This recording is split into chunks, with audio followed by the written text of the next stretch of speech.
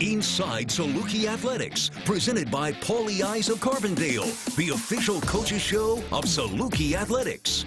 Now, here is the voice of the Salukis, Luke Martin. I'm telling you, these shows are always fun when we get to the month of May, and especially when the Salukis are winning. And that's exactly what they're doing off a great alumni weekend. So many former players, alums coming back and got to witness the Dogs to get a series win against Illinois State and then back it up with midweek win against Lindenwood. Now a even bigger series this weekend with Murray State. Head coach Lance Rhodes joins us. We got a packed show today. Jake Ryan, Jake Carroll, Dylan Petrey, all following Coach Rhodes here. Coach, appreciate the time. It's got to be fun, right? The calendar is officially in the month of May, and I guess it probably brings multiple emotions for a head coach. You know now, hey, this is a month that you hope is not your last month in the season. It is incredible to hear you say May. It seems like it takes forever for February to hit, and you're just practicing and working with your guys and inter-squad and scrimmaging and all those things, and you're just begging for February to get here to play another team, and then all of a sudden it's May, and you wonder, man, how is it going by that fast?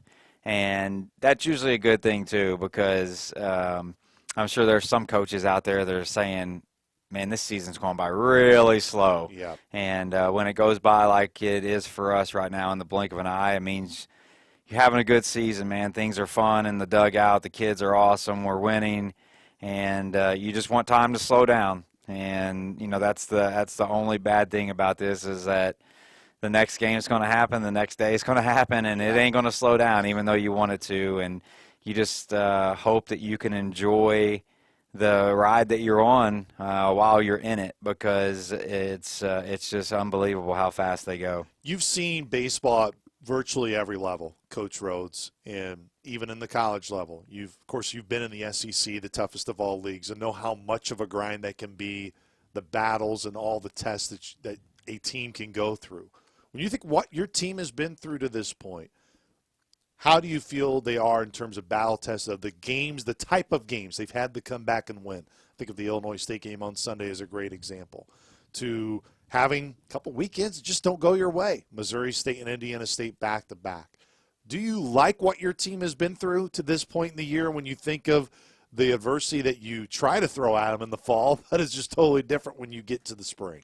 Yeah, I mean, you look back from really start to finish of our season, even opening weekend, you look back at it, we had a battle for 3 games, and Rio Grande Valley's having an unbelievable season. Yeah. And you look back there and you think, yeah, I mean, we had a battle because that was 2 really good teams going at it on opening weekend. And then some frustration at the beginning where, you look back at Moorhead and you're thinking, what did we do wrong that weekend? And then we learn and grow. And, one of those things where, I feel like we've been up and down and hurt, and we've overcame everything. And a lot of it just goes to the type of characters that we have in our locker room, that they're just good people. They work hard.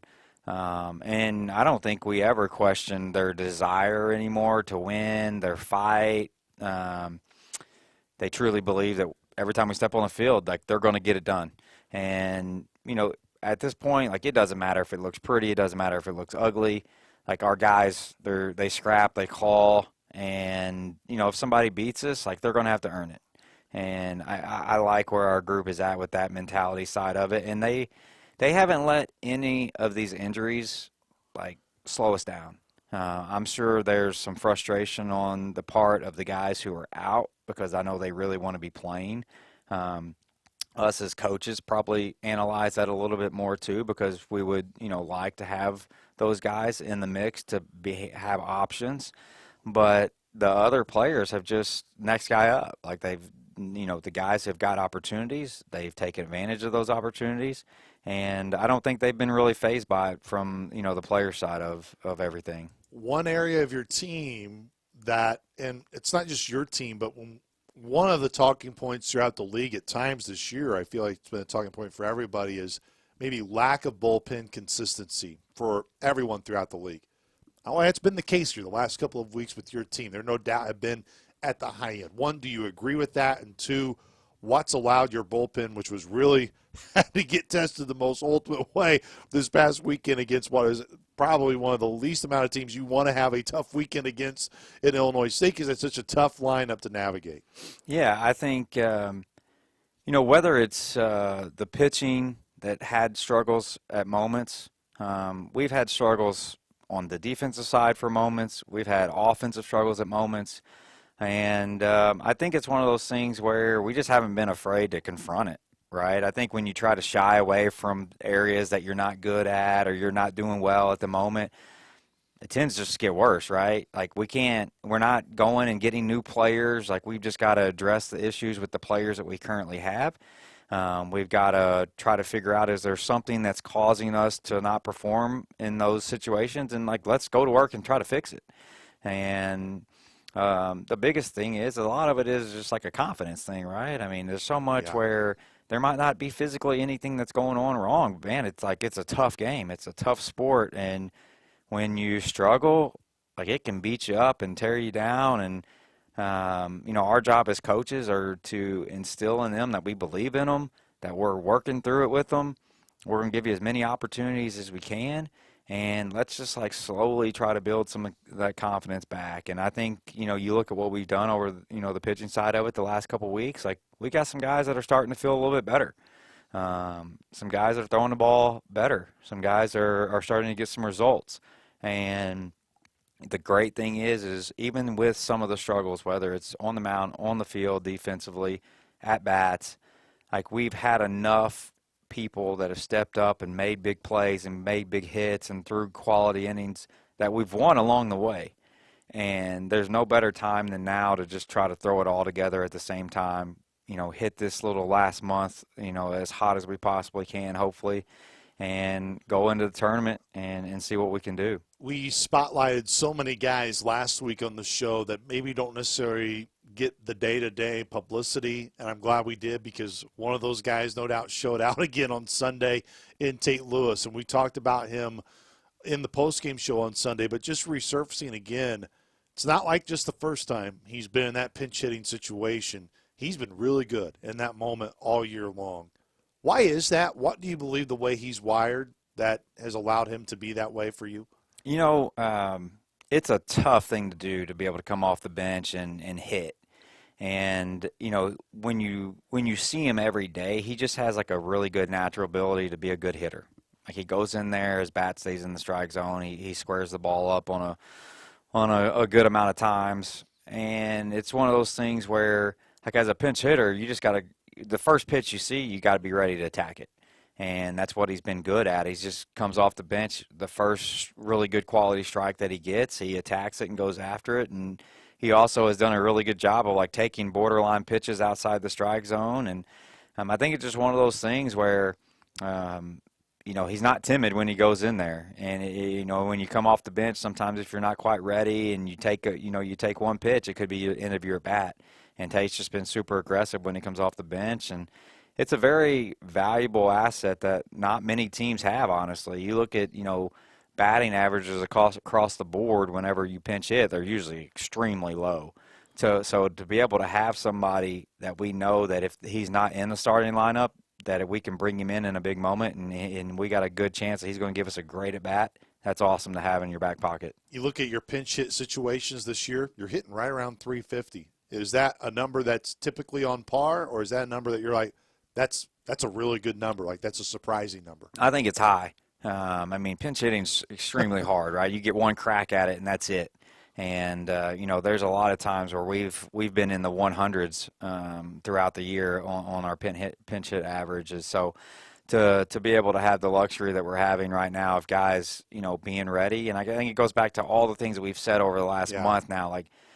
You see them pregame, they're taking good at-bats in pregame. They're not just going up there and wasting their pregame away because they're not in the lineup that day. They're preparing well. They're preparing well in practice. And they're ready for their opportunity when their name gets called, and they've had, good results because of it. You really hinted at it, I think, spot on. You have these conversations with your guys. They know, hey, if this is an area of weakness, we're going to address it. We're not going to hide from it. So let's talk about defensively. Where does this group still need to grow?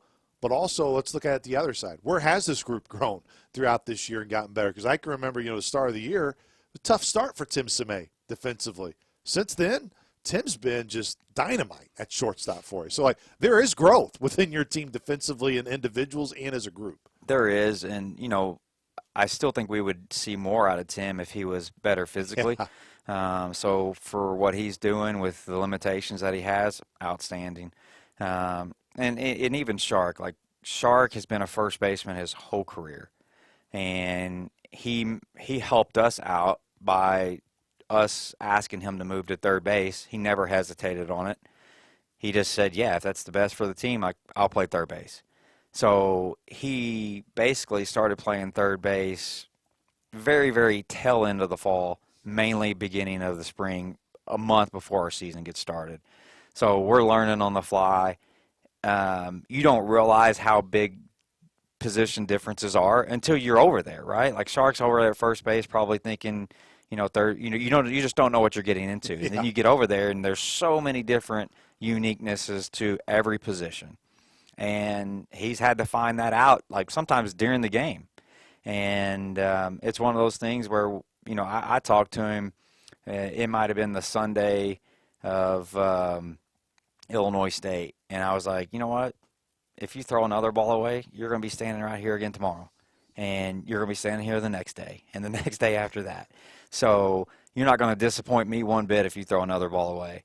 And the crowd that you feel like every single eyeball is staring you down because you made a mistake, most of them don't even know that you've made a mistake the day before. So, you just got to go out there and relax to the best of your ability. As long as you're making a mistake and you're going after it hard, you're not going to hear a complaint from me at all about it. So, and again, I don't question the effort on our guys at all. And, sometimes it's frustrating when we make those mistakes because we feel like if we wouldn't have done that, maybe the result of the game would have been different. But again, when you see our guys and the way that they practice every day and the effort that they give, I'll never question their desire and their effort that they're giving us. It was an area that we were conversing about off air, just us kind of casually talking at the ballpark this week.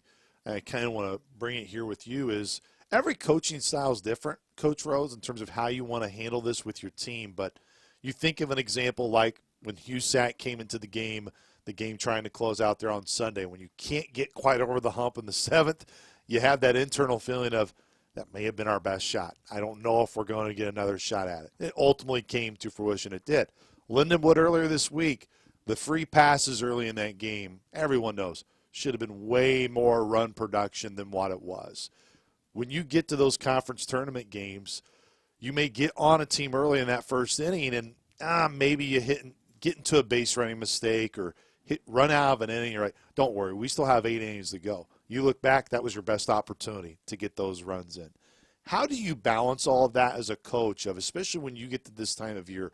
You want your team to feel like that in February against UT Rio, knowing those games are important, but especially now where, hey, guys, if we got the pressure mounting here early, you got to take advantage because it very well could be your best opportunity to get done. You can't let that pass by when you get to this month. Yeah, it could. I think the more that I've been around our guys and us as a coaching staff have been around our players, for me, it's probably been more about patience. Whereas in previous, maybe at the beginning of the season or even prior seasons for sure, I would have maybe popped off, said something in the dugout that probably wouldn't have been productive.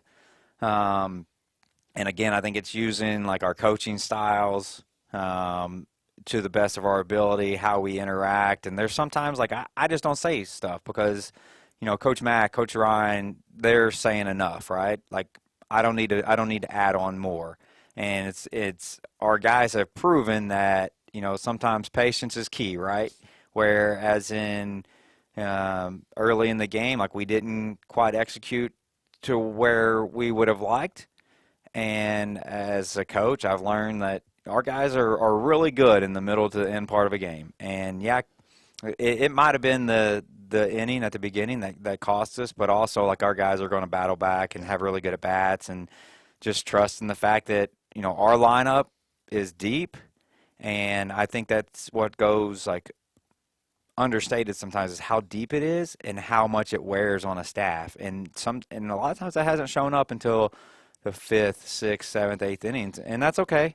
Because like we have so many tough outs that, and there's just no breathing room in there for a pitcher. And once we start to wear it down and we get into those bullpens that, tend to not be as strong as the starter that we face, like you've seen some really good production there. So patience is key, which is not a strong suit of mine.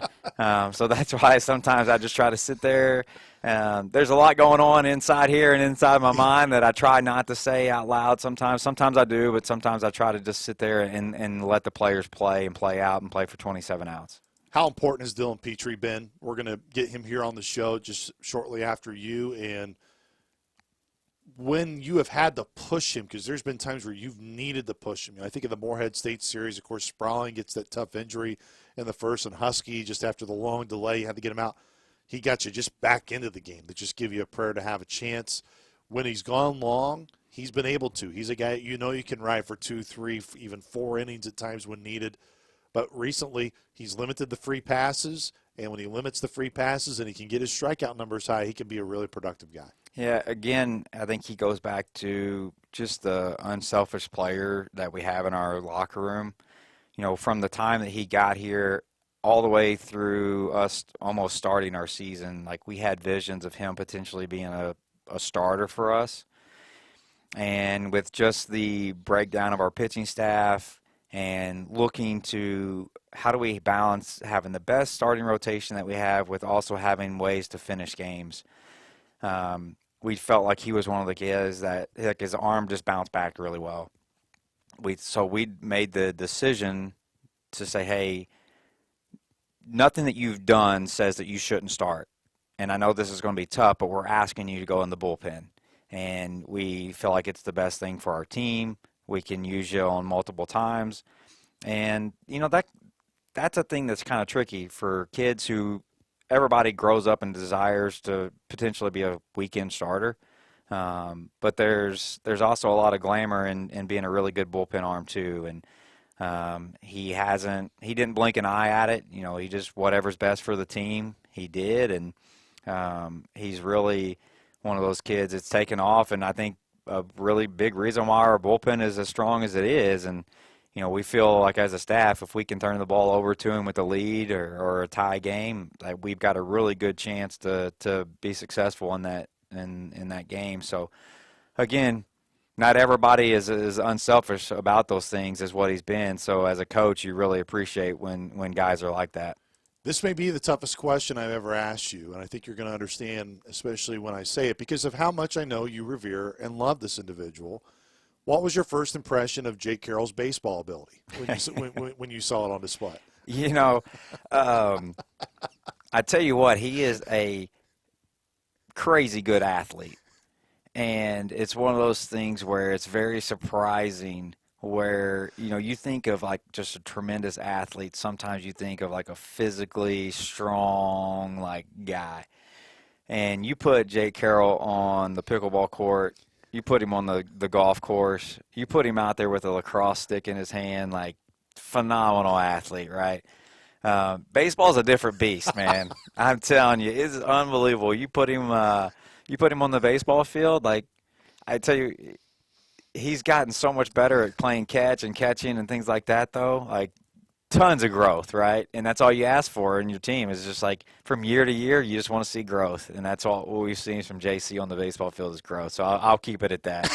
I was going to say, you didn't quite answer what the first impression was, but I know everyone shared those stories. Hey, I've only seen greatness from JC. I told him, I said, the last couple of weeks, he's had some good snags, some good picks on balls coming in when you're hitting fungos. Like, he's gotten a lot better. Hey, he has. But in all seriousness, man, like unbelievable. You think of all the guys who impact our program. Like, I don't know if there's anybody on our coaching staff that impacts players more than JC. Just the constant communication with our guys, relentless as far as his work ethic goes. Like, he'll make time any day of the week, anytime. And like his skill to be able to get our guys back. And he's a trainer that I love. Like, he wants them on the field. Like, he ain't trying to hold them out. And if JC says a guy can play, like, I know he can play. If JC says a guy can't play, that guy's hurt because JC wants him on the field. And he's just so, like, I mean, just incredible when it comes to getting our guys ready to play. From a coach to trainer, that dynamic can sometimes be very challenging. What to you has Jake done more for, hey, if there's other trainers or inspiring trainers that want to listen to it, and maybe just as simple as I know him doing his job, but how did he earn your trust? Like, to get to that point where you know, like, you're not going, he says he can't go today, but, like, I don't know. How did he earn that unwavering, absolute trust with you? Because sometimes that dynamic can be hard to get. Yeah, I think the biggest thing is, like, we've just spent time together now, right? And sometimes at schools like us where trainers come and go a lot, like, you're just constantly, by the time you get to know a trainer, he's out, right, or she's out. And the great thing is he's been here for, a good amount of time now. We've been consistent with him being in our program. And, he's just a thing where it's just like our players. Like, our players are trying to trust us as coaches. We're trying to trust our players. Like, and the same with staff, right? Like, the more you get to know them, the more you know how they work. And just seeing him every single day, like, you don't question his work ethic at all. You don't question him anymore whenever he says, like, yes, he can or no, he can't, because I know that JC is not trying to keep people out, through conversations that we have. And when we talk, routinely on our guys, like, he's constantly updating us on where our guys are at. And, there's some times where, like, he'll even say, like, I think the kid could play. Even if the kid's, like, kind of saying, like, he's like, I think he could play. And usually that's not always the case. I mean, sometimes there's trainers out there that are really trying to be conservative and, overboard on holding guys back. And that's what I love about JC. JC's never going to put a kid in danger, but if the kid can play, the kid's going to have the opportunity. And Jake Ryan, the two Jakes, another just really uplifting personality. I know our fans are going to feel that when he comes on the show today. But I'd like to just ask you, like, how big of a smart baseball mind is he within your staff? Because, I mean, you just look at the family lineage in the Ryan family. There's a lot of high baseball IQ. Yeah, I think when you look at what J-Rye has been able to bring, he always had like a really good catching development system. Like, he's really good with our guys. You look at the catchers that came through our program. I mean, we have developed guys who really haven't even been impact catchers at their previous schools and have came to us and turned into some really good catchers for us. And that goes to show the quality of work that he does with our guys behind the plate. But where I think he's grown is 2 years ago when they passed the new rule that allowed us to add another coach and be able to go out recruiting, he just never had that experience, right? And the one thing that I know from being on that side of it early in your career, like, you got to learn recruiting. Like, you got to go recruit. You got to go and see, players. You got to be able to talk to players, and there's an art to it, right? Like, you got to be able to identify, and you got to be able to communicate. And Jake's a very good communicator. He's got a skill there that he can relate to players. He can relate to people, and he's learning that side of it, as he's getting into recruiting more. And that's going to be a thing where you're constantly learning. And he just needs more experience on that side of it as well. And he's also been a big part of our offensive development. I mean, he's there every single day with Coach Mack. And I think Coach Mack would, say the same thing as far as it's not just all Coach Mack, right? J-Rod's a big part of that. And the good thing about our staff is I don't think anybody on our staff, like, cares to have all the credit. And if there's a player that J-Rye communicates better with, I don't think Coach Mack or I care that if J-Rye is the main point for that guy, right? And everybody kind of has that, where players tend to kind of drift to one coach and things like, and that's okay.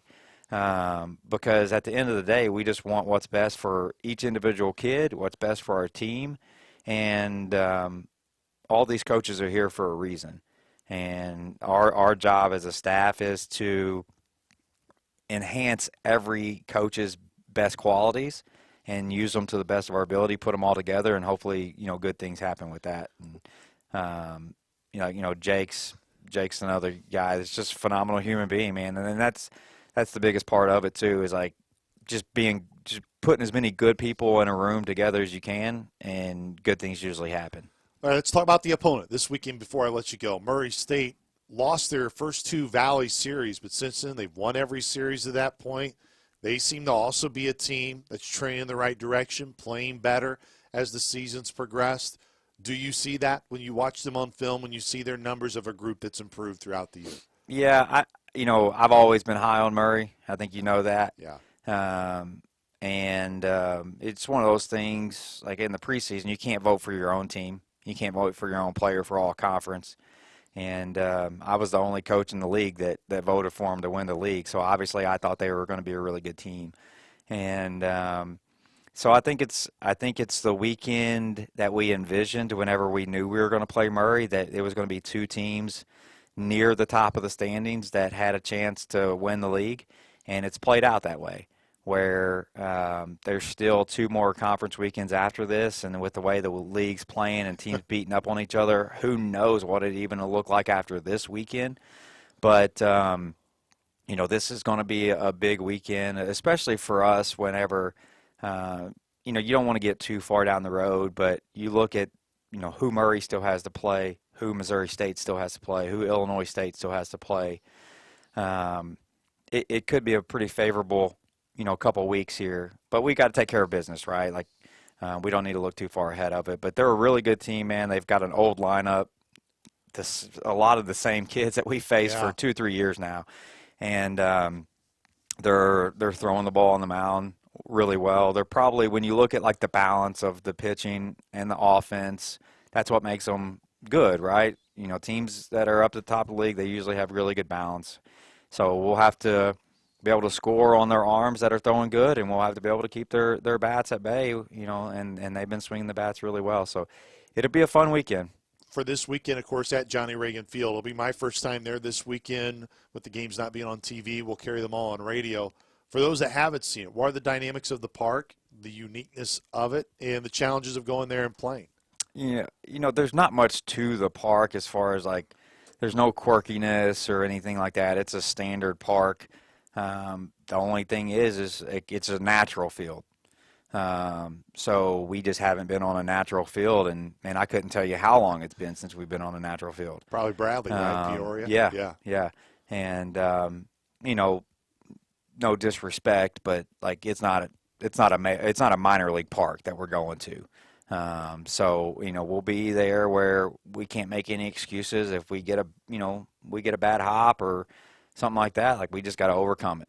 And we're not even going to honestly bring it up probably to our guys. Like we're just going to roll out there on the field and act like we played on a natural field the whole season. And it is what it is. Both teams are going to play on it. We're going to have some weather issues again. Nothing that we haven't battled the entire season at this point.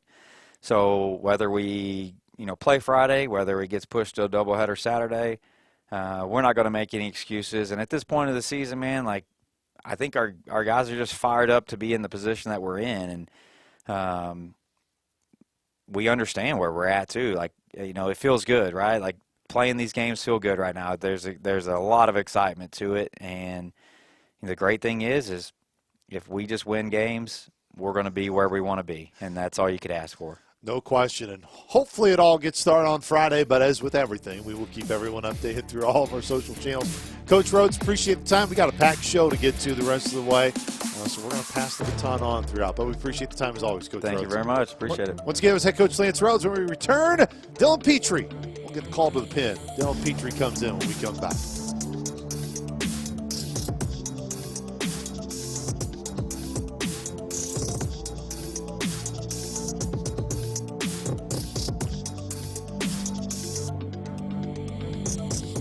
Welcome, everybody, back to Inside Saluki Athletics, presented by our friends at Poly Eyes of Carbondale. We've already had Lance Rhodes on the show. We got to bring on a guy who's been performing at a high level lately out of the bullpen. It's none other than Dylan Petrey, who takes time to join us.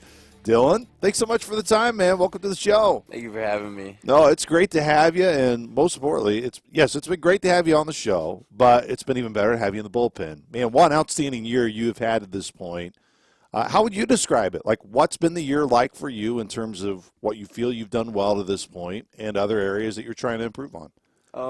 So it's definitely new to me. I've been a starter my whole life. Came here and had a couple setbacks with injuries. So started out of the pen, and ever since then, kind of just been focusing on every time going out. My main goal is to honestly strike every guy out that I can. That is my main goal up there. So once I go up there, it's just I got to throw strikes. That's my big thing. I hate walking people, and I think it's helped out a lot, just making sure no one's on the base path. And overall, like, going into, like, late innings, it helps out a lot, trying to, like, get to our closer, which is Frizzy. And when he goes in, it's lights out. You know he's going to get the job done. What's been the hardest transition about when you've been a starter for so long as you've described? Now it shifts. You said there's been other factors as well that's led you to be coming out of the bullpen, but what's the biggest adjustment you have to make? The biggest one would be throwing, like, so close together in days. I was always used to being, all right, you throw one day, and then you got, like, 4 or 5 days to rest, and then you throw again. I've had a couple weekends where I've thrown back-to-back days, and it's definitely been tough, but I've learned that even with JC, recovering a lot better. Body feels 10 times better than it has in the past, which has helped out tremendously.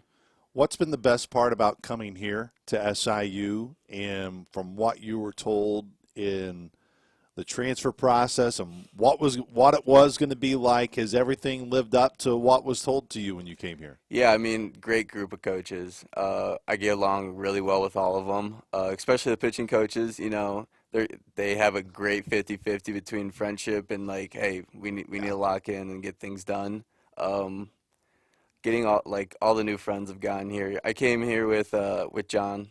I knew him before coming here. Same with Mason, so it's kind of easy with the transition. Yeah. But meeting everybody else on the team and how we mesh, it's amazing. It's not very often, Dylan, that you will see a group that is primarily transfer portal, or even not necessarily transfer portal, but junior college guys who have gotten together. And you don't always mesh well. Yeah. But, wow, I mean, this team has really talked about, and it's not just you guys talk about it, you really show it when you're around your BPs and when you do get around to see you guys practice. What have you credited to when you guys got here in the fall, when you're spending so much time around each other? What was it about that time that led you guys to just want to like one another and really even grow closer together? I think it's about just how, like, nice everybody is. There's not a bad bone in anybody's body. Everybody's nice to each other. You know, we all respect each other. We all know what we came here to do. So after that, I think it's like the mesh, and then hanging out. We hang out almost every day. There's a group of guys outside every day. Like yesterday, we played spike ball just for hours, and it just seems to bring everybody together. When you think of this group coming together, whether it is spike ball, all those things, what are your favorite things about the clubhouse right now? Just with all the different personalities you have in it, the things you guys can do, whether it's the lead up to games, times throughout the week, like. What about the clubhouse and the behind-the-scenes stuff that makes this group so much fun to be around? So I think we're always competitive. We got multiple games in the clubhouse. There's 2K, there's ping pong, and even when we're not playing baseball, we're competing with each other. We're trying to win a ping pong game or a 2K game, and there's never a time where we're not trying to win. And I think it shows on the field as well. Like, late games, we don't want to lose. You can see that. Late games, it seems we almost, like, get an extra step. Now, I know you're going to battle someone on the mound. Now, when it comes to spike ball, video games, like, where does Dylan Petrey battle there? Like, what's, like, a game that you're like, that's my number one game. Like, if anyone's going to battle me on this, I'm not losing. Like, you're not going to give in. It would definitely, right now, it would be ping pong. Not very good at spike ball. Found that out the other day. I think I've played 4 times, and I've lost 4 times. It's not good. Won't play that game again. Now, are you But- more of like a physical game guy than like Yeah. video games? I mean, I Okay. play video games as well. Okay. Like, I mean, after long games, we have we play 2K like almost every day at night. Just kind of wind down. It's that time of day. It's like, all right, we need to just relax. So we all get on the game. We play 2K for a couple hours, and then we go to bed and get ready for the next day. And do it again. Yep. Rinse and repeat. Well, I'm going to put you on the spot now. Who is the best 2K player on the team? Let's take you out of it. Let's take the bias part out. But if you had to think through, like, who's got the top skill set? Because I'm sure this is going to rub some people wrong depending on who you go with. So I'm putting you in a tough spot. Like, who's the best 2K player on the team? Right now, I mean, I would probably say Mason Schwalbach. Play with him every day. I would say he's probably one of the better players that we play with on 2K. But we all have our days. Just like on the field, everybody has their day. Hey, don't be a cop-out. Don't take a cop-out now and say everyone's got their day. Stick to your guns now, Dylan Petrey. Yeah, I mean, there's days where it's like we get on, it's like, all right, we play one game, it's, hey guys, I think we're done. We just, it's not tonight. Tonight's not tonight. You talked about your pitching coaches. Of course, Austin Tribby and Mm-hmm. Connor Daly, who you were referring to.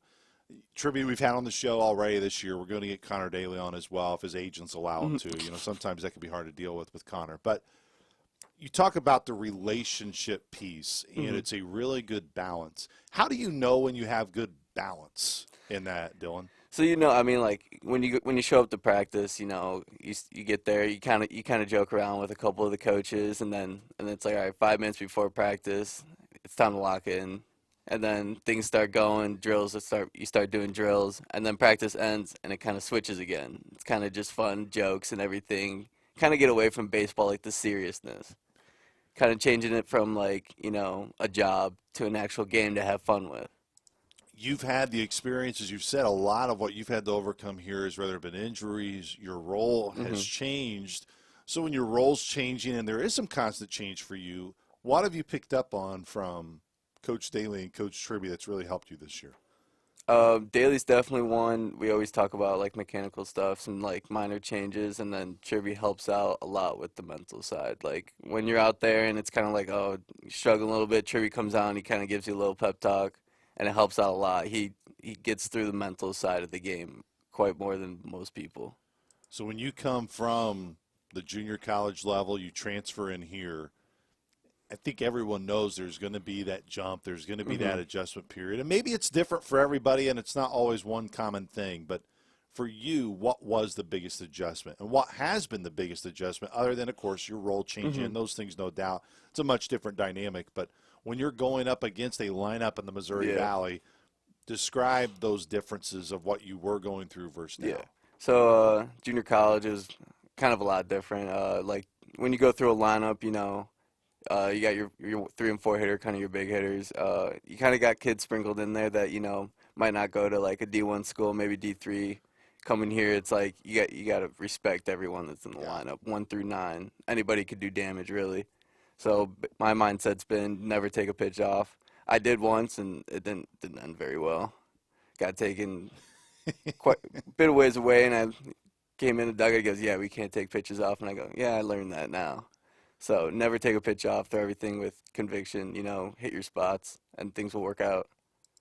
Everyone gets the opportunity on game day to see who you are when you whether warm up in the pen, when you come out and you're on the mound, and you have that warrior mentality.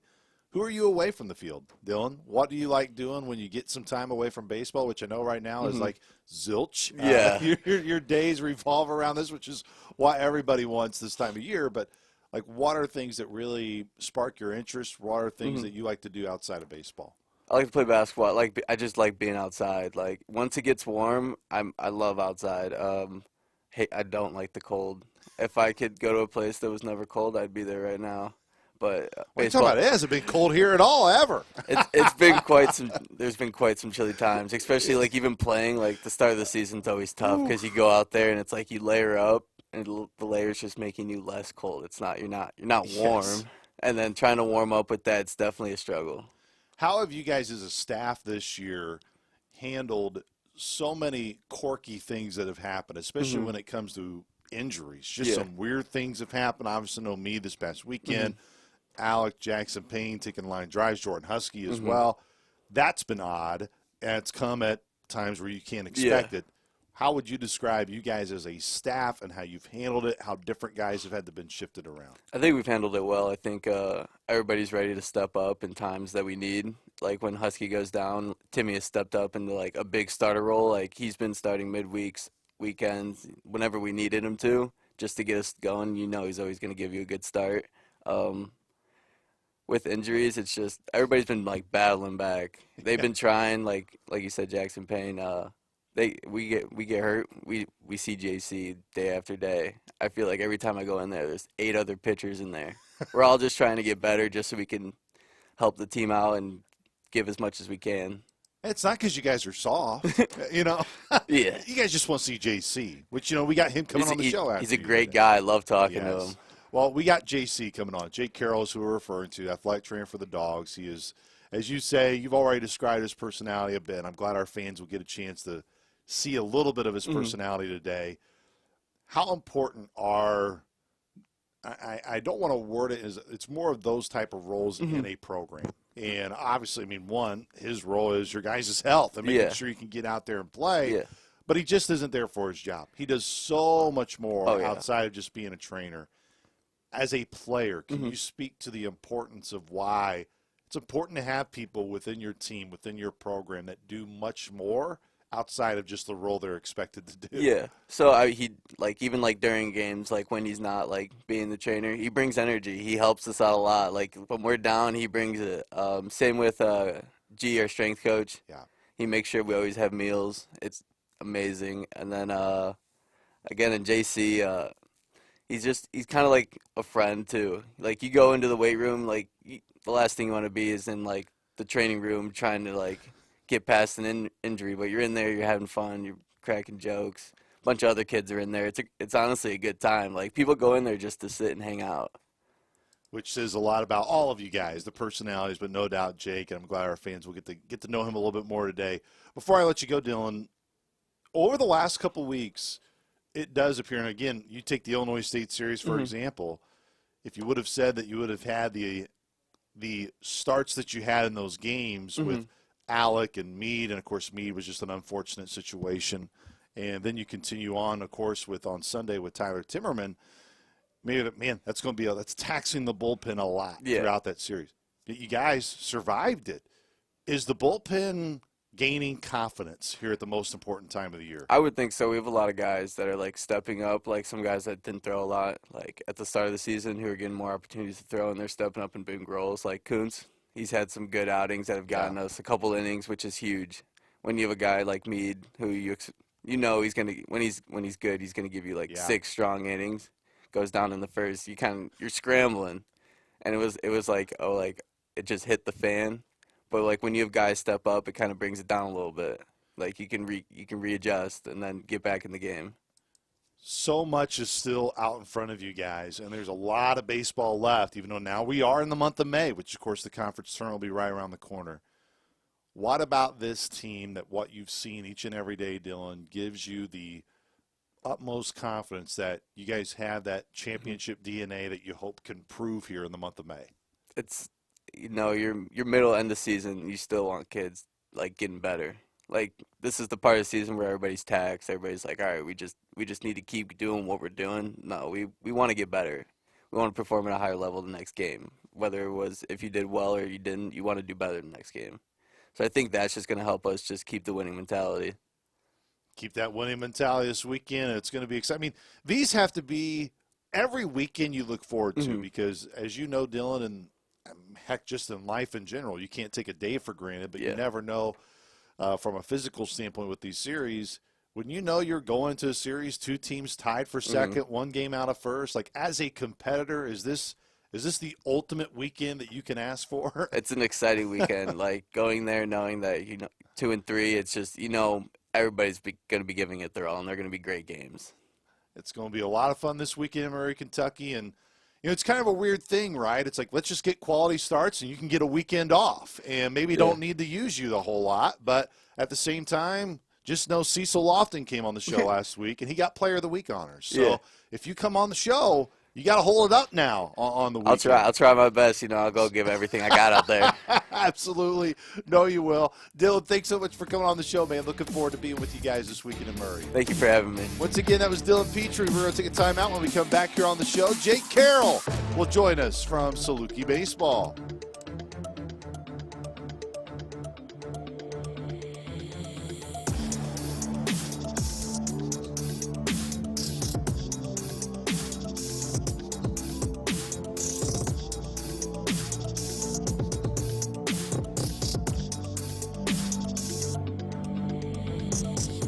Hey, we've worked through the agents, all the contract work. Everyone that's around Saluki Baseball has been saying you have to get the Jake Carroll on the show. And we finally get him on the show. Here. The big sign-off is we just had to get your boss, Riley Hoist, to have the sign-off on. I mean, he's just a pain in the rear end. He likes to keep me in the back and tuck away me in the corner and everything. He's the one. He just wants to be out front and center, and that's what we got to let you shine. He deserves to have the face. Yeah, Dave, I know you're just saying that right now. We'll talk for real once we get off the air. But, Jake, it's good to have you on, man. It's a pleasure to be here. I know this whole sport really is year-round in a sense. Even in the summer when the season's over, guys who still have rehab to do, you're here working with them, and, of course, the fall's a busy time. But is there nothing better for you than this time right now, than when you get to the month of May and you know the conference tournament's right around the corner, and even more so when the team is having a really good year? Oh, yeah. No, it's a pleasure to, first, thanks for having me on. I do appreciate it. But this doesn't get better this month of May. I mean, it comes down to the last couple weekends, especially this year with the conference championship regular season title kind of being 1-2 games away. I mean, the guys are fired up, which fires me up and everything like that. So it's awesome. Of course, you are such a huge part of the team, and we'll get into, your clear and obvious role being the athletic trainer, but that alone carries a lot of weight. But before we get to that, I want you to kind of let Saluki Nation know your path here, how long you've been here at Southern, and what your career path was like prior to you becoming a Saluki. So I grew up in New York, Long Island, New York, and lived in New York probably about my whole entire life, and only traveled up and down the East Coast playing travel lacrosse. Shout out to the parents for doing all the road trips and everything like that. But I never thought about the Midwest, never thought about the West Coast growing up and everything like that. I did my undergrad and played lacrosse at SUNY Plattsburgh all the way up in the North Country of New York, basically 20 minutes from the Montreal border. So a couple times we would go up across the border and go into Canada and everything. I mean, the age limit there is 18, so we'd be able to have some fun that we wouldn't be able to in the States. So that was always fun. And then I kind of knew I wanted to do athletic training. I had a PT route for a little bit, but understood that I wanted to be around athletics the rest of my life and everything like that. So I started doing some searching for some master programs in athletic training, and I was like, it's a 2-year program. Why don't I just go somewhere that I never thought I would be? For some weird reason, I picked Minnesota, and I love Duluth, Minnesota. I will always speak good about Duluth, Minnesota. Spent 2 years out there, did my master's. And then I was just looking for a job opportunity, honestly. Anything popping up that had either baseball, football, or lacrosse, I would send my resume out and everything like that. SIU popped up on the board, sent them my resume. Within a week, I got a call from Riley setting up an interview and everything like that. Did the interview, which was awesome. And then basically they offered me the gig, and I was like, you know what, if it's a 1-year contract, if I don't like it, I can always leave. And I came down here, and I got nothing but great things to speak about Southern Illinois here. We hint so much within this space, Jake, on the show and, of course, on our broadcast, whatever, for all of our sports, and we talk about, if teams have good chemistry or not, good culture or not. And that's within the teams, but there needs to be a good culture within the athletic training staff room. Absolutely. And you guys guys and gals are all spread across all over the place. Whether it's Sam, obviously know Mike with football. We've already brought up Riley with men's basketball. Am I around a ton? Just can you go into how all of you are so spread out and you get stuck within your teams, but when you all come back together, when you're in the training room here or around, it's a really good culture that all of you have, and you all truly enjoy being around one another as well. The work environment here is something that's kept me here for sure. I mean, going in every day, you never know what you're going to see in the training room to begin with, but you also never know who you're going to see and who you're going to get to see that day type deal. But with Sam, Riley, Ken, Kelsey, Jody, I mean, we all have a great environment. No athlete likes to be in the training room, I guess you could say. Some people like to be there more than others, for sure. But we Or like have to be. Yeah, or have to be, or forced to be, yes. But we like to keep everything light and kind of, we're always joking around. We're always kind of talking about sports in general, professional sports, high school sports, everything like that. We're very vocal with other teams too. Like, you'll see Riley come around and talk with our guys. You'll see Sam talk with our guys, and vice versa. I'll talk to some volleyball athletes and everything like that. But it's a very communicated room for sure. There's not really too much silence going on in there. When you, of course, you brought up your lacrosse background, when you've kind of now been so heavily involved with baseball, at the start of it, how much about the sport did you know other than just, well, I know baseball's a sport? I didn't know much. I didn't know much how much really went into every day being a baseball athlete. I mean, it's funny growing up with the stigmatism of just like hating baseball athletes as a lacrosse guy. And there's still some of that stigmatism in there, but for sure. But I mean, majority of it was I had maybe 2 to 5 friends that actually played baseball in high school, and the rest of the guys I never really gave a chance just because they played baseball. It's a funny rivalry, and majority of the guys, when they get here and they find out that I play lacrosse, they're like, I didn't expect that, like not at all. So it is funny, but I mean, just everyday lifestyle of like you're always swinging, you're always throwing, and if you take a day off of swinging, you feel like you haven't swung in months, which in lacrosse it's completely different. You could take a full week off in lacrosse, and the game might speed up on you a little bit when you get back into it, but your skill set and everything like that, you don't lose within a day or two, or you don't feel uncomfortable in the box and stuff like that. So, I mean, it's an everyday training. You don't take days off, and if you do take days off, you're forced to take days off because you're probably injured. So, Well, yes, and you play a huge role in that. I know Coach G does as well when it comes to baseball. You guys have to work hand in hand. This spring's been a bit of a challenge in terms of not even just talking about maybe some of the freakiness aspect of how guys have gotten hurt. You know, that's going to happen throughout the course of the year. But you've also had a lot of doubleheader days. You've had some odd series start times where almost every team has finished their series before you would start theirs. Like Missouri State, I think of the Sunday game and Monday doubleheader.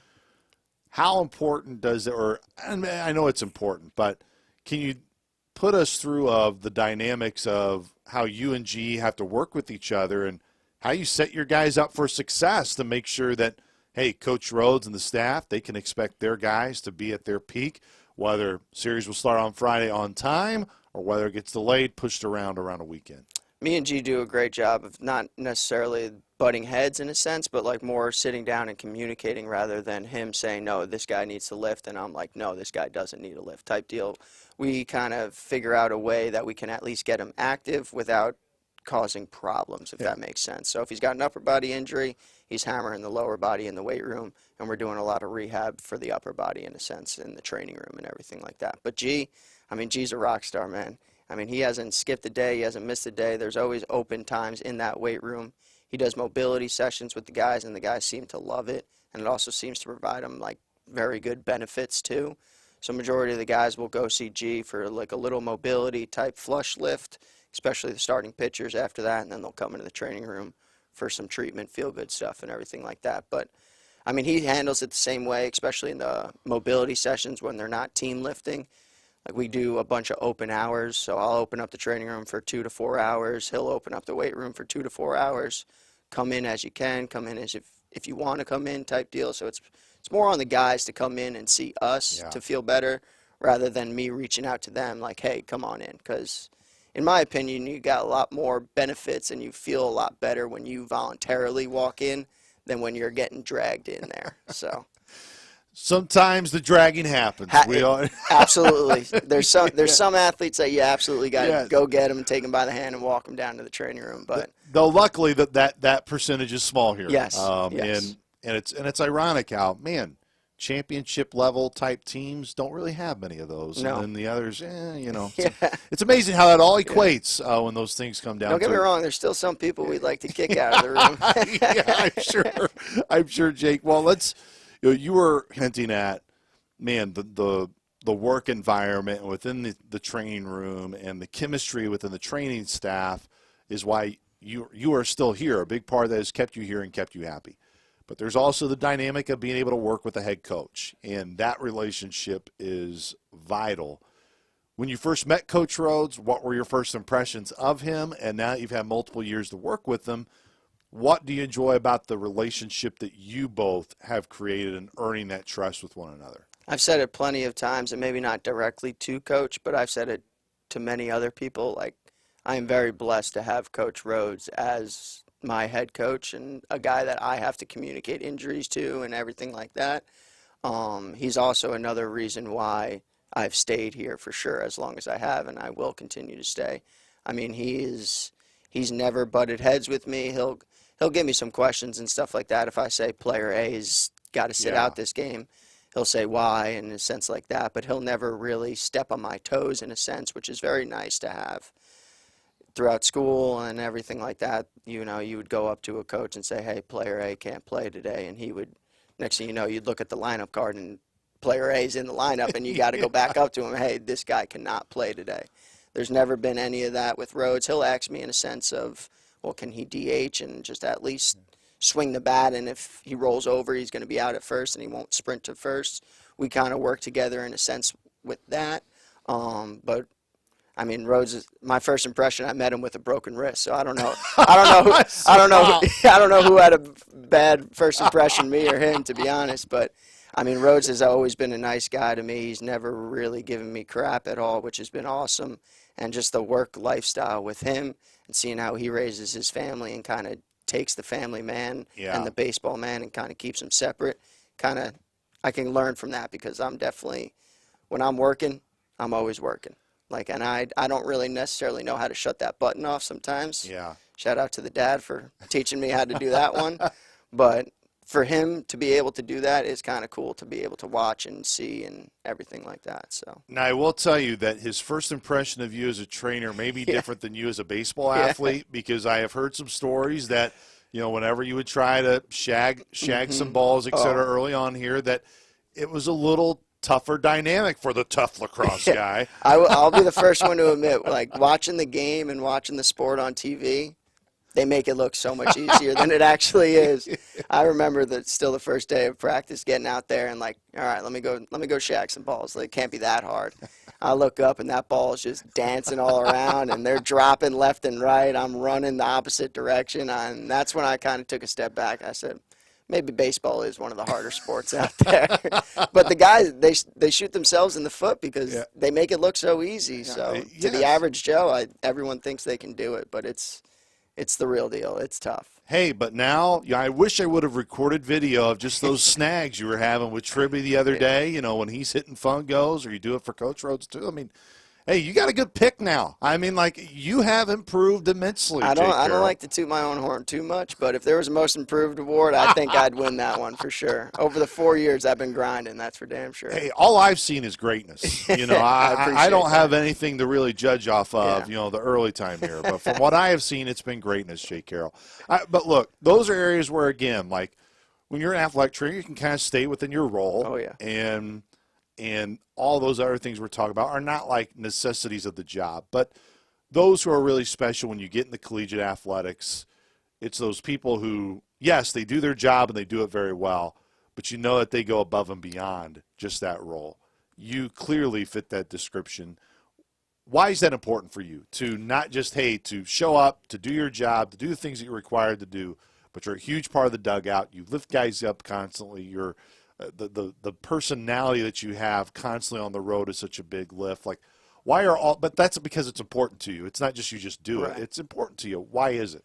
I'd have to give the parents another shout out. Just the way I was born and raised. I mean, my dad, he was a homicide detective, and he probably missed maybe 3 days of work in his 40-year career. The guy never missed work, never missed an opportunity. And the flip side, he also never missed coming to one of my games. Same thing with my mom. My mom worked every day she could. She didn't work raising me and my brother at all, but as soon as we were able to live on our own, she went right back to work and started working every day. Another person who never really missed any of my games and everything like that. So the blue-collar grind has been kind of installed in my body and blood from probably about 5 years old. And my aunt, my uncle, like basically everybody in the Carroll family is just a blue collar worker, which is pretty awesome for me. And kind of bringing that type of life and style every day of not complaining about being here, kind of just being positive at all times. I mean, I get to watch college baseball my whole entire life, which is absolutely awesome. Do I wish it was lacrosse? Probably. But I mean, the sport is really growing on me, and it's awesome. Yeah. But I don't really like to show up and be the one not doing something. Yeah. So, I mean, if I'm at practice and I'm not doing rehab with any of the injured guys and there's an empty machine, I'll more than gladly feed that machine. And it also gives me a chance to kind of relate to the guys and kind of bond to the guys, especially early on with, I mean, since I've been here, we've brought 20 new guys in almost every year, which is not a problem for me at all. It's a lot of paperwork in the beginning of the year for sure. But it's tough to build relationships early on and kind of whether that's playing catch with somebody rehabbing back, whether that's feeding kind of around them machines or picking up baseballs in the outfield and stuff like that. The guys really do appreciate that, and they'll always be thankful. But it's just a chance to kind of bond with the guys, and any chance I get to bond with the guys, I mean, I'm all up for it. So. What's special about this team, Jake? You've been around a lot of teams throughout your career, and even, when you talk about your time as an athlete at lacrosse, you know what good team chemistry is like. What about this team makes it so special? I've been on some, like even as a player, I was benefited to be named a captain back in high school and college, and you definitely get some up and down teams and everything like that. But, I mean, our leaders this year, they might not be vocal in a sense of like, telling you, hey, you're doing this wrong, let's do it right type deal. But we also got a lot of leaders that lead by example, which is huge. So if they see this guy doing something at 110%, it's going to pick them up, not only in practice, but in the game as well. And the chemistry in the dugout has been immaculate. I got to give 2 shout-outs. One is to Griffin Cato. The guy is the dugout warrior, which is awesome to see. He brings a lot to the table when people don't really get to see the inside of the Salukis. In the dugout, the energy is always up because of Griffin Cato, I will say that. And just, we got a lot of guys that like to give a lot of guys crap, but we got a lot of guys that can not only take it, but they can dish it back too. And I've been around some teams, and I strongly do say the best teams are the ones that give each other some crap. I will say that. I mean, it's just, they're always bickering, they're always getting at each other, but it's like fun, friendly banter, if that makes sense to you.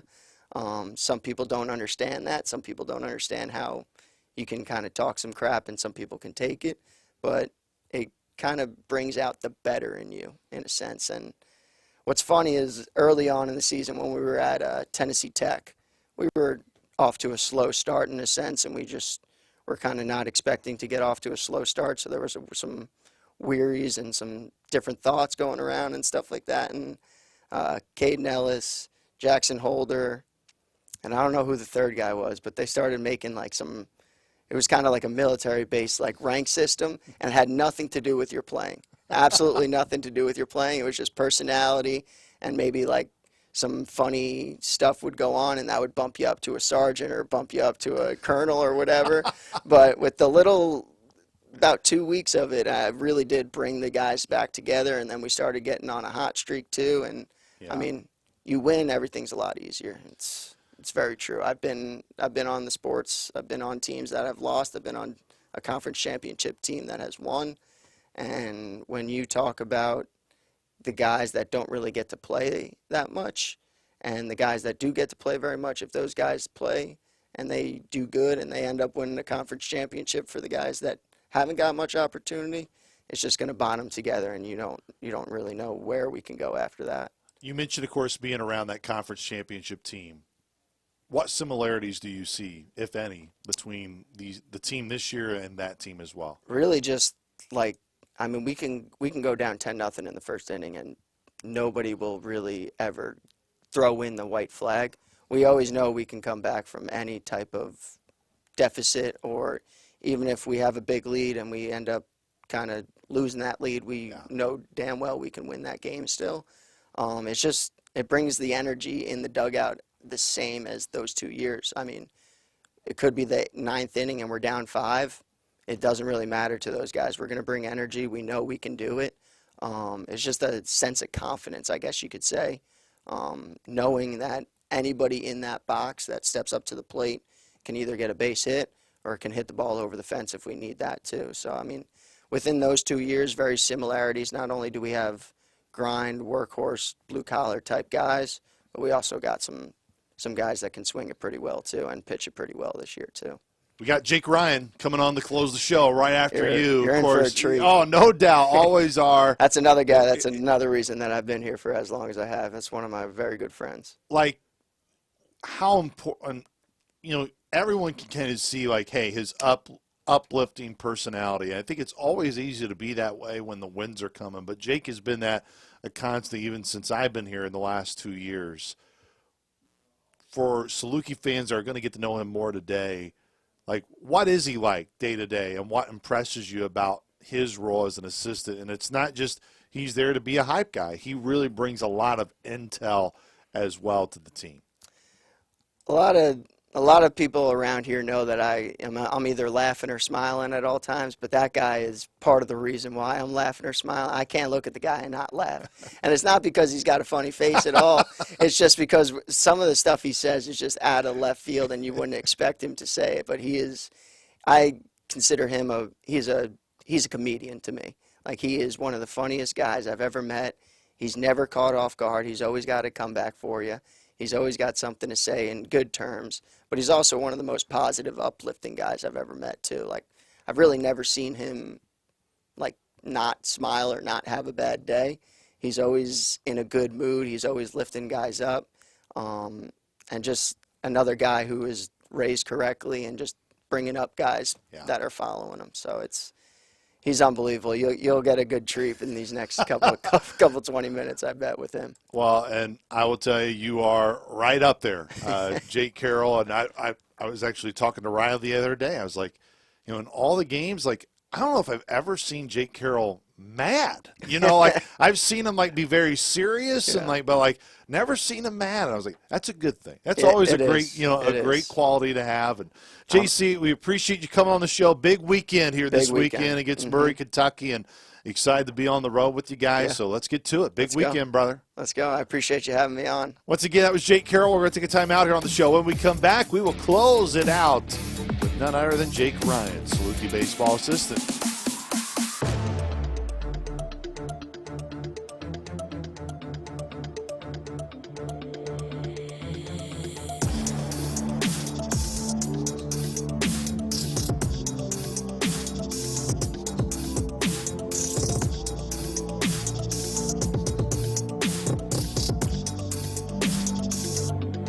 Have to save the best for last here on the show today. And, of course, I guess the best of the Jakes. We get the Jakes back. I can agree with that. I can agree with that. From Jake Carroll to Jake Ryan, who joins us here on Inside Saluki Athletics, presented by Poly Isaac Carbondale. Coach Ryan, good to have you on the show, brother. I appreciate you having me, man. Thanks a lot. This is pretty cool. I've never really been in this office, so you got it all going on. See, this is where the magic happens, man. This is where the magic happens. Absolutely. Each and every week. I mean, there's been a lot of magic on that baseball diamond this year for this group. What's made this team special, Jake? And I know this has been a team that even when I would see at times throughout the fall, right, it's got a chance. Like, this is a group that's really learning each other and getting to know each other. Now you're right in the thick of a championship hunt when you got to May. No, absolutely, man. And I think it comes down to obviously our guys, like that's the simple answer. But at the end of the day, that's what it is. It's the guys that show up every day.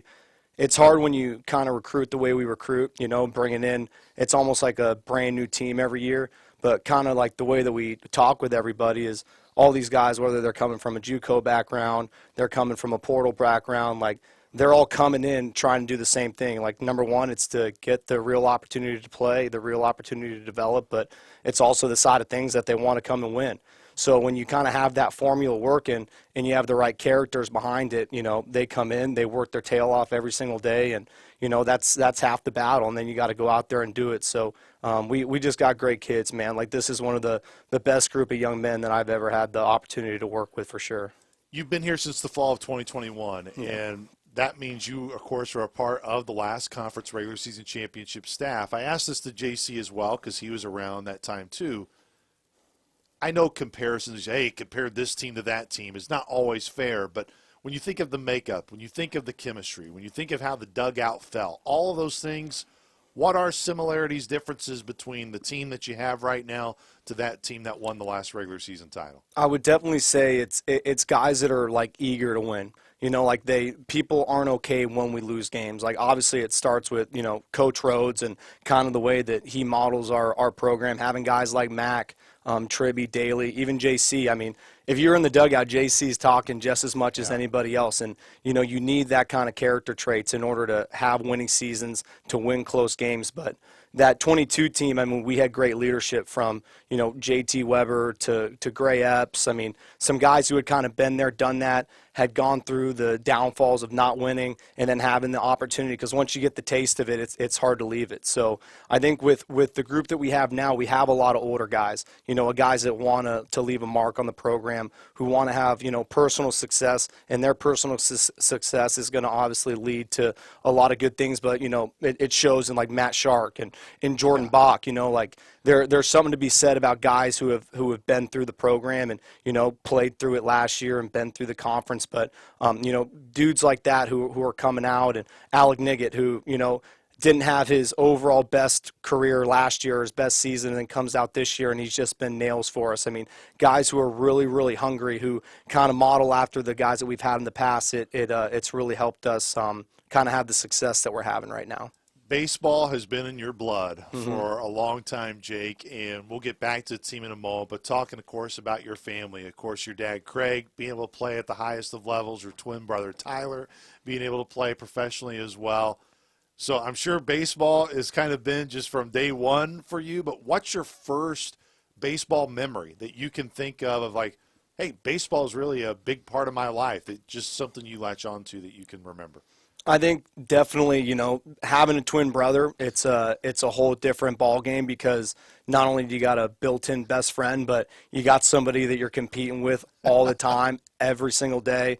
And when you're competing against them, you're also getting compared to them. So I think having him, you know, like just from rocking T-ball when we were younger, like I remember my mom putting on the pants and my dad out there coaching us. And I mean, I had no idea what my dad had done until later on, and people talk about it. And all of a sudden, you know, I see the knowledge that he has, and he's been able to share it with me, the people that I've been able to meet. I mean, I've been extremely blessed, but having the family background has definitely kind of helped shape me to who I am. I mean, the player that I was and into the coach that I am. But, you know, from my mom driving me, my twin brother, my little brother Dirk, I mean, my older sister played volleyball. I mean, it was an athletic family. So I think just having the idea of competing with each other all the time and going out there every day, like we had a lot of fun with it, man. And I think that having the background that I have, it's definitely blessed me into what I've been able to do now, and kind of helped me find my passion in coaching. And, you know, I've enjoyed every single second of it. What do you love most about baseball? I would say the thing that I love most about baseball has got to be being on the field with the guys that you love, competing in the hardest sport that I think there is to play. You know, we had a conversation with all the guys the other day, but you signed up to play the most difficult game because you're failing, you know, over 70% of the time. The best guys only do well 30% of the time. So being able to have that mental capacity of going out there and being like, hey, like I might not have anything that shows up result-wise today, but I'm with guys that are in a similar mindset that I am, to go out there and grind and be a part of something special. I would think that's got to be the main point of it. And just growing up with it, man, it's all I've ever known how to do. You know, you think about it, like when I get home after a Tuesday night game, I'm watching the West Coast games. Like it's just, I don't know, it's just something that has always just ran deep in me, and I think is something that I find a lot of passion in. To have that passion is no doubt is what continues to fuel you as a coach, Jake. But was coaching something you always felt was going to be at some point in time in your future, or was it like, I guess I'll try it and see? Like, was coaching something you fully embraced when you jumped into it? I would say no, not at first. I definitely we got a family business back home. I was like, you know what, baseball's done with. Didn't have the like the most fond memory of how it kind of ended. And I'm like, you know what, I'm ready to move on. I'm happy with all the efforts and everything that I gave. And I thought that was something I wanted to do. But, you know, like I said, I talked earlier about the family, and everybody kind of pushed me and said, you know, this is something that you talked about. And, you know, instead of just going right into the work field, like go do something that you really care about. And I always thought that I wanted to coach, but I understood that it's a hard road, and there's certain things that kind of need to happen for that to work out. But I would say that with the ability of having my family push me in the right direction, having a dad say, hey, man, like, go do your thing. Like, you're going to figure it out. Everything's going to be fine. And taking the leap, going to the Cape Cod and going to coach out there and coaching the best of the best, I'm sitting there, I'm like, there ain't no better thing in the world than this. And I think that stemming from that, it was just kind of one of those things that I was lucky enough to land here, and Coach Rhodes gave me an opportunity back in 21 as a GA. And, you know, the big reason that I came here between the other schools that I had options with was he just said, hey, I'm going to let you coach. And if you do a good job, I'm not going to say anything. And if you're not doing something right, I'm going to make sure that I help lead you in the right direction. And, you know, the other coaches that have also been here, from Coach Peel to Coach Jameson to Coach Cook, and, you know, the baseball community is something special, especially the coaching community, you know, because everybody's been at the bottom and had to work their way up. So I think it's pretty special, and I'm hoping to keep moving forward, whether that's with Saluki Baseball or, you know, wherever the path takes me. But I'm very fortunate with the opportunities that I've had here. When you were interviewing with Coach Rhodes for this job, what then did you know that you still know today that stayed true about how he told you he was as a man, as a coach, and what his standards are within the program? Win. Got to go win. That was like the number one thing he talked about is we got to go out there and we're trying to bring people in. We're trying to recruit people. We want people on the staff that are going to help us win. And then from the family side, talking about, you know, handling the stuff on the field, and me not being from here and having the support of him and the other coaches, like you feel a certain sense of home being so far away. And, you know, Coach Mack, I heard his interview when he talked on here. I mean, he's just another one of those guys who brings that feeling too. I mean, we all try to hang out as much as we can, and but going back to Coach Rhodes, it comes down to winning ball games, and there's certain ways to do it. I mean, it can be tough sometimes, whether a kid's not playing or things aren't going right. Like, one of the worst feelings in the world is when you're a coach and you're not winning and you don't feel like you got the answers for it. But that's when you hope you have the right personnel, and your past experiences are going to kind of help you get into the right way of going back and winning ball games like, you know, this school has the past, you know, 4, 5, 6 years. Of course, as you said, when you first got here at GA, now, of course, as a full-time assistant, what would you say, Jake, you have grown the most during your time here? When you think of when you came in 2021 to now, what do you go, man, this is the area by far where I've developed as a coach? I would say evaluating the game. You know, we use we have a lot of technology that we're able to use, and, you know, there's certain things that we have to look at from coaches, and we have certain responsibilities. But I would say seeing the game and trying to pick things from other teams that it's going to overall help you win. You know, the first couple of years is just trying to make sure that you got the right stuff on and you got everything ready to go. And now it's more of like, how prepared am I for, you know, the team that we are playing? Because that's really important. I mean, you can have great players, but you also have to know what you're going up against, who you're going to be playing. So I would say definitely trying to get more of a game management and a preparation for the opposing teams that we're playing. I take a lot of pride in that, and obviously learning from the guys before me has really helped me out with that. You get to work a lot with the catchers as well. I know Cole Chrisman was such a huge part. Of course, the team last year was really the Iron Man behind home plate. This year, John Lim feels like he has made a lot of strides throughout the year. Of course, when Schwalbach has been needed to. With those guys specifically, what have you seen from them both in the confidence level in either one when they have to be behind home plate? I mean, Lem's a workhorse. I mean, there hasn't been a day where he hasn't texted me or showed up to the field and there's something that he wants to work on. He wants to know what he's doing right. He wants to know what he's doing wrong. I mean, he's the definition of trying to be the absolute best that he can be on a daily basis. I mean, he truly wants to help the team in any way he can, and also, you know, go out there and do what he's capable of, because the tools are off the chart. I mean, it's a special player. He's a special person. I mean, he's a great teammate. He wants to win. He wants to be better. And going to Mace, I mean, Mace's is as cool as they come, man. You look at him and you're like, man, that's the cool guy on campus. And he kind of persuades that, whether it's going up to bat or whether he's behind home plate. And both of them have taken a lot of work, a lot of effort, and they put in the time. I mean, we can go back and forth, me, Trib, Daly, and Mac and Rhodes, but I think the catchers were the hardest working guys on the field. And, a guy like Mason who came in and really wanted to be an everyday guy and who has done that.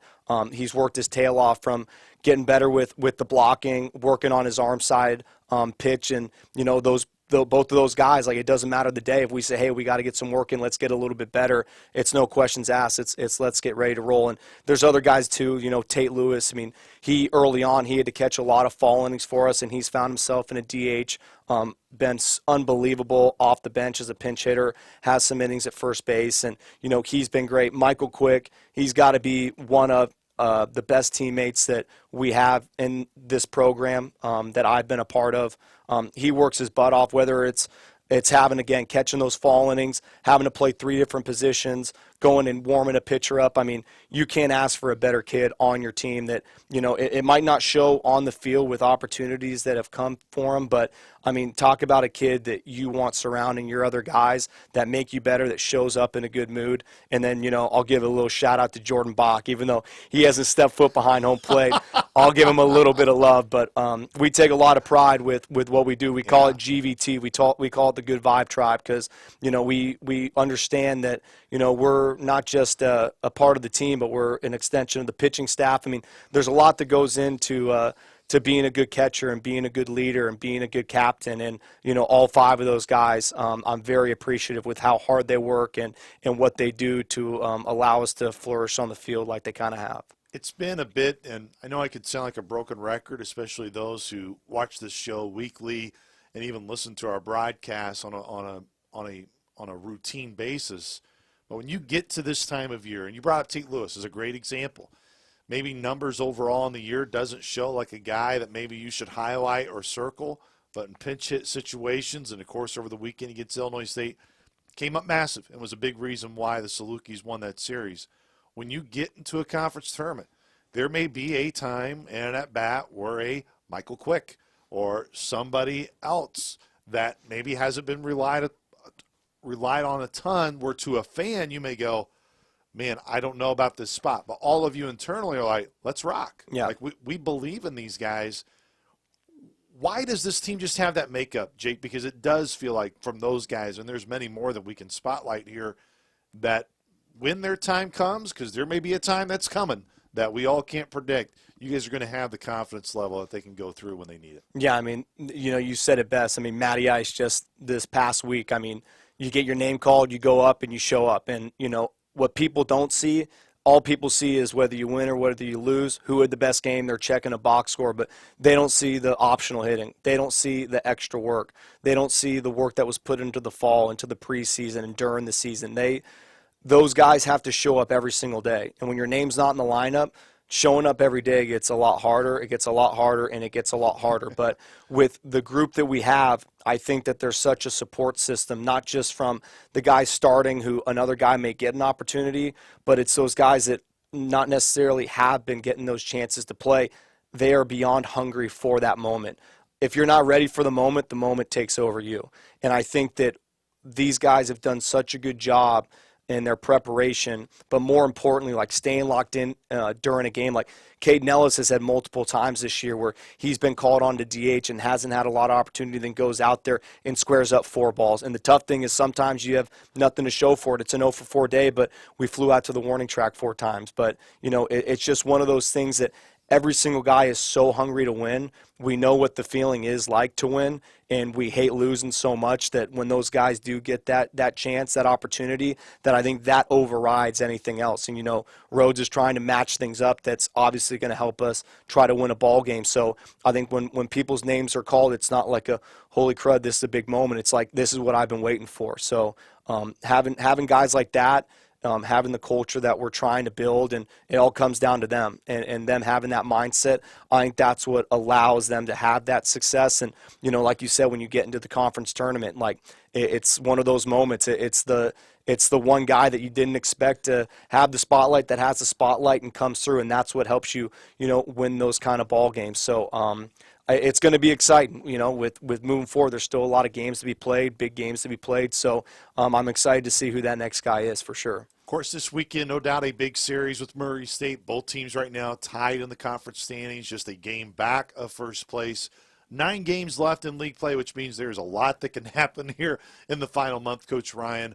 What is this team, though, taken away from some of those difficult weekends, such as you think of Missouri State and Indiana State back-to-back, that you learned through those 2 weekends that now you hope you can apply and have better results here once you get to the month of May? Yeah, I think the tough thing is once the game's gone, it's gone. And it's almost like we can go look back and be like, okay, we did that wrong, we did that wrong, we did that wrong. And I think that us as a group, we're getting a lot better at understanding those key moments. Like when we were just playing Lindenwood the other day, having the bases loaded twice with 1 outs and not being able to really score any runs or kind of get locked in that moment and take advantage and like put a team away essentially. And, we've had a lot of moments this year.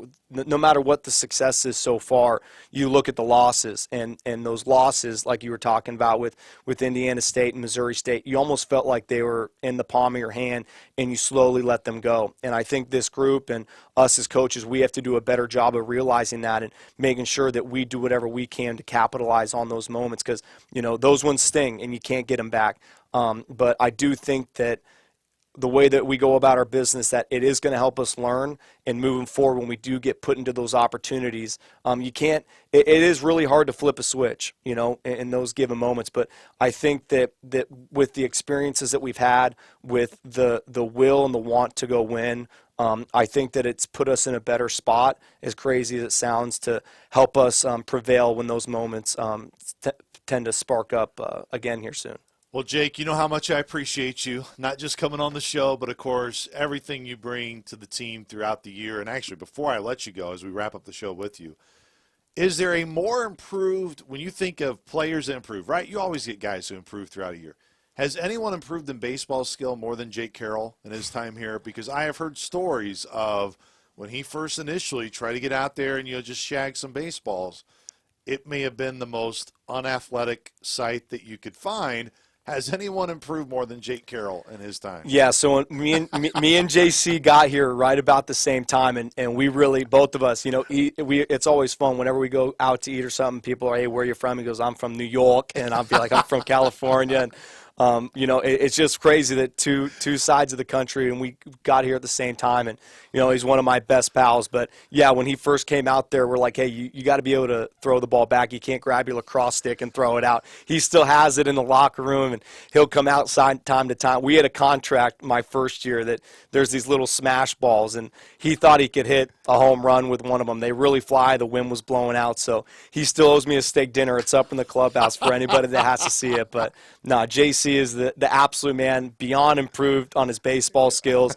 Golf-wise, he knows one-on-one I got him, but every time we get into a scramble play, he's the leader. But JC's the man. And to you, Luke, I've told you this before, and, if my folks are calling me and saying that they're enjoying watching the game, it means that you're doing a good job, not just myself, my parents, I know the players, their parents, all the alumni. You do such a great job. We're so appreciative to have, the kind of the joy you bring into the game. You paint a picture. So it's very appreciative to have a guy that cares as much as you. And, I think that's a big part of our success, having you around BP and everything. I mean, we're as much of a fan as you are of us, because you have to be. We're big fans of you, so we appreciate everything you do, Lou. No, appreciate it, Jake. And, hey, let's make sure we have fun pictures to paint this weekend I like in Murray, that. Kentucky. I like that. I'm all about that, man. Jake Ryan, join us here on the show. Big thank you to Jake. Of course, Jake Carroll, Dylan Petrey, Lance Rhodes. We had a jam-packed show today. All the games this weekend, no TV this weekend, but we will have the radio coverage on the Varsity Network app and streaming on Saluki Baseball, Facebook, and X. So for all of our guests, be sure to join us this weekend in Murray, Kentucky, everybody. Go Dogs! Go Dogs. This has been Inside Saluki Athletics, presented by Paulie Eyes of Carbondale. The preceding has been a Learfield presentation on the Saluki Sports Network.